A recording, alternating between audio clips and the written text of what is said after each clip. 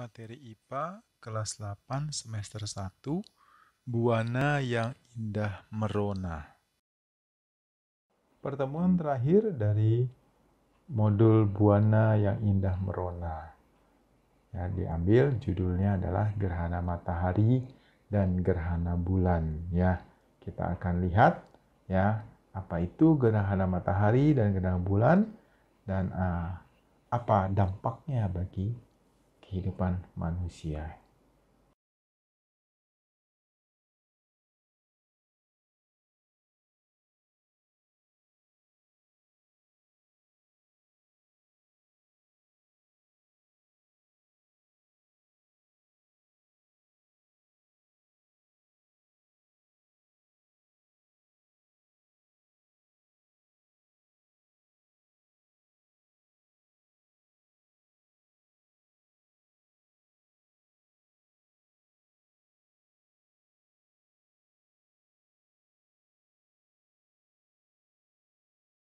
Supaya kita lebih jelas dalam nanti membahas tentang gerhana matahari dan gerhana bulan, marilah kita lihat dahulu ya fase-fase bulan.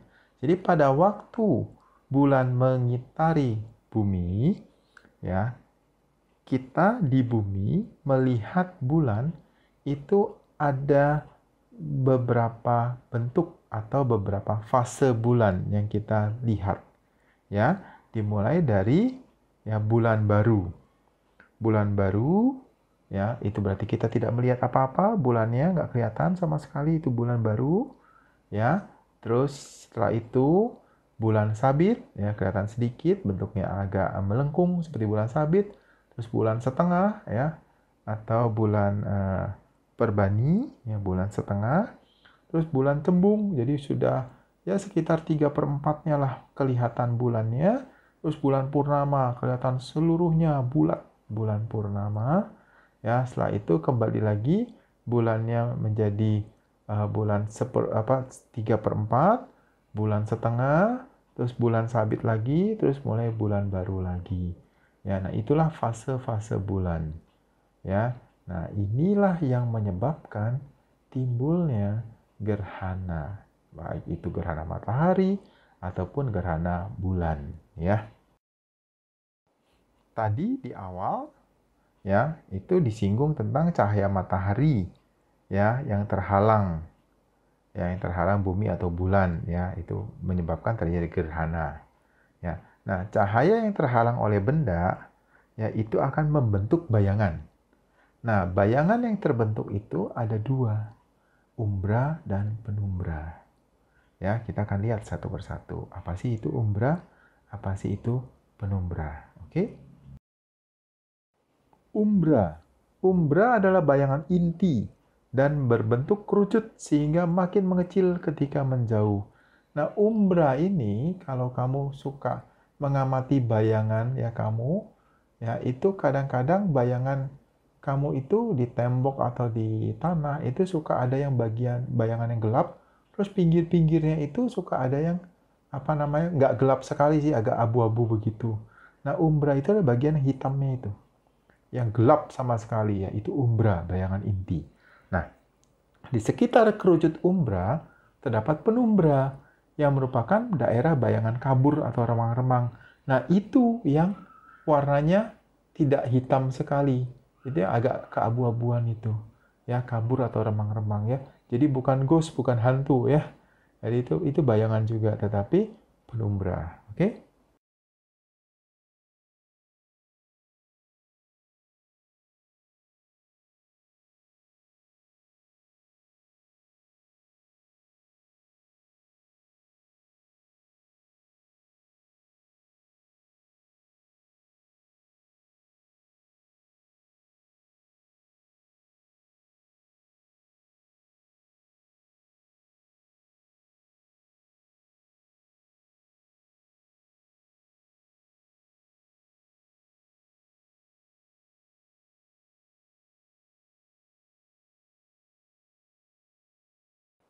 Nah, ini diagramnya. Ya, diagramnya ya matahari ya itu kamu perhatikan Ya, itu ada bagian umbranya yang putih ya, di situ warnanya agak putih keunguan, dan penumbranya justru yang agak abu-abu hitam itu. Ya, itu sehingga bulannya ketutup penuh oleh oleh bumi ya.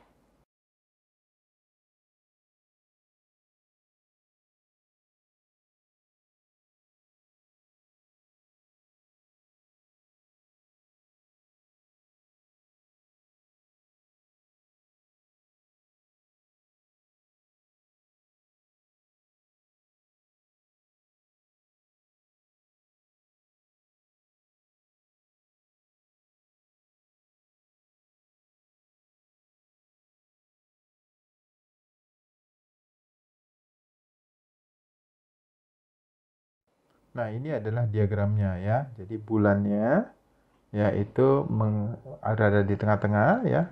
Jadi cahaya matahari yang nyampe ke bumi yaitu ketutup oleh bulan ya, sehingga ada bagian bumi yang terkena bayangan umbra, yaitu yang pekat sekali ya, dan juga yang penumbra. Ya, itu bagian yang agak gelap saja ya. Nah, ada satu lagi gerhana, yaitu gerhana matahari cincin. Wih, keren juga ya, matahari ada cincinnya ya. Bukan seperti itu sih. Nah, gerhana matahari cincin ini, ya ini agak unik ya. Terjadi pada saat bulan berada pada jarak yang paling jauh dari bumi. Ya, jaraknya paling jauh dari bumi, sehingga umbra bulan tidak cukup untuk mencapai permukaan bumi.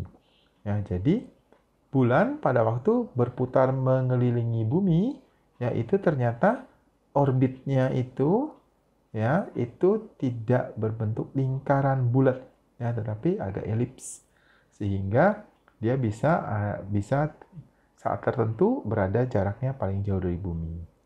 Ya, umbranya nggak cukup sampai ke permukaan bumi sehingga tidak terjadi gerhana matahari yang sempurna.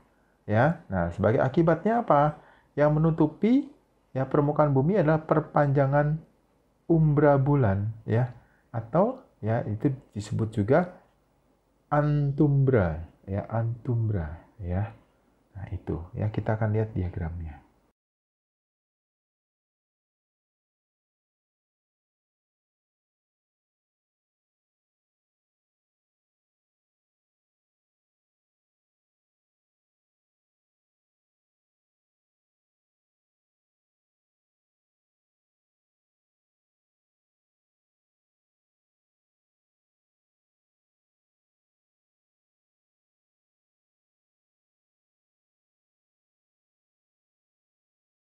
Sekarang kita akan lihat ya tentang pasang surut air laut. Ya, tadi kita udah bahas ya, gerhana itu terjadi akibat adanya revolusi bulan ya, gerakan bulan mengitari bumi. Nah, pasang surut air laut ini juga ada hubungannya dengan gerakan revolusi bulan itu ya. Nah, itu ya karena bulan berputar mengelilingi bumi, maka terjadilah ya peristiwa pasang surut air laut. Ya, pasang surut ya air laut ya itu dapat diartikan sebagai peristiwa naik dan turunnya permukaan air laut ya. Nah, penyebab pasang surut yang utama adalah gaya gravitasi bulan dan matahari. Ya, jadi karena adanya gaya gravitasi bulan, yang paling utama bulan, matahari juga gaya gravitasi besar, sehingga itu pengaruh juga, yaitu menyebabkan air laut itu ya saat tertentu pasang, saat tertentu surut. Ya, nah, kita akan lihat satu persatu. Ya, jenis pasang surut air laut ada dua, yaitu pasang purnama dan pasang perbani. Ya, apa itu pasang purnama? Apa itu pasang perbani?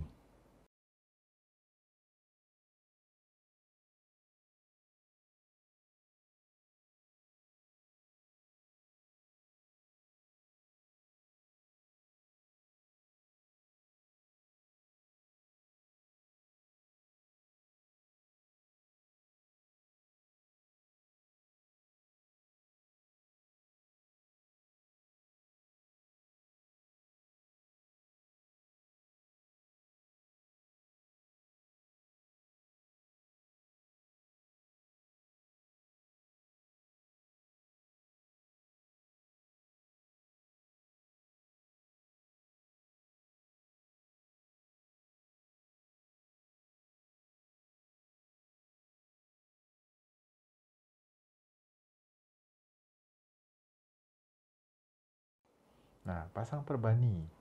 Ya, pasang perbani terjadi ketika bumi, bulan, dan matahari membentuk sudut tegak lurus. Ya, tentunya bumi yang di tengah ya. Sehingga bulan ya, matahari, bumi, bulan ya itu membentuk sudut tegak lurus.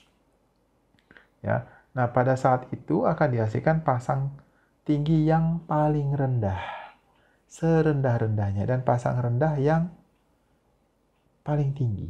Ya, jadi pasang rendahnya paling tinggi. Tadi kalau pasang purnama itu yang satu lokasi itu ya terjadi pasangnya setinggi-tingginya, pasang tinggi setinggi-tingginya, yang lokasi lain pasang rendah serendah-rendahnya.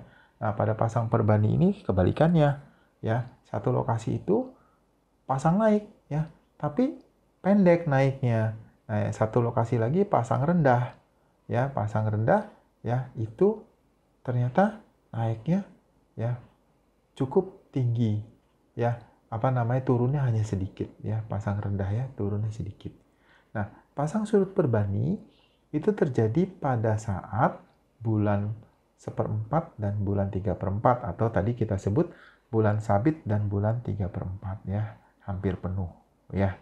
Oke, ya sama ya, 2 kali dalam 1 bulan. Ternyata pasang surut air laut itu ya, itu ada manfaatnya bagi manusia. Ya, di sini tercatat 4. Yang pertama, memudahkan kapal berlayar dan berlabuh. Ya, jadi kondisi pasang surut itu yaitu sangat menguntungkan untuk kapal, ya, kapal untuk berlayar lagi ke laut lepas ataupun juga ke tepian, ya. Terus yang manfaat yang kedua itu membuat para petani garam membuat garam di tepi laut, ya. Itu memudahkan mereka, ya. Terus juga untuk persawahan pasang surut, ya. Jadi itu juga dampak dari ya pasang surut air laut.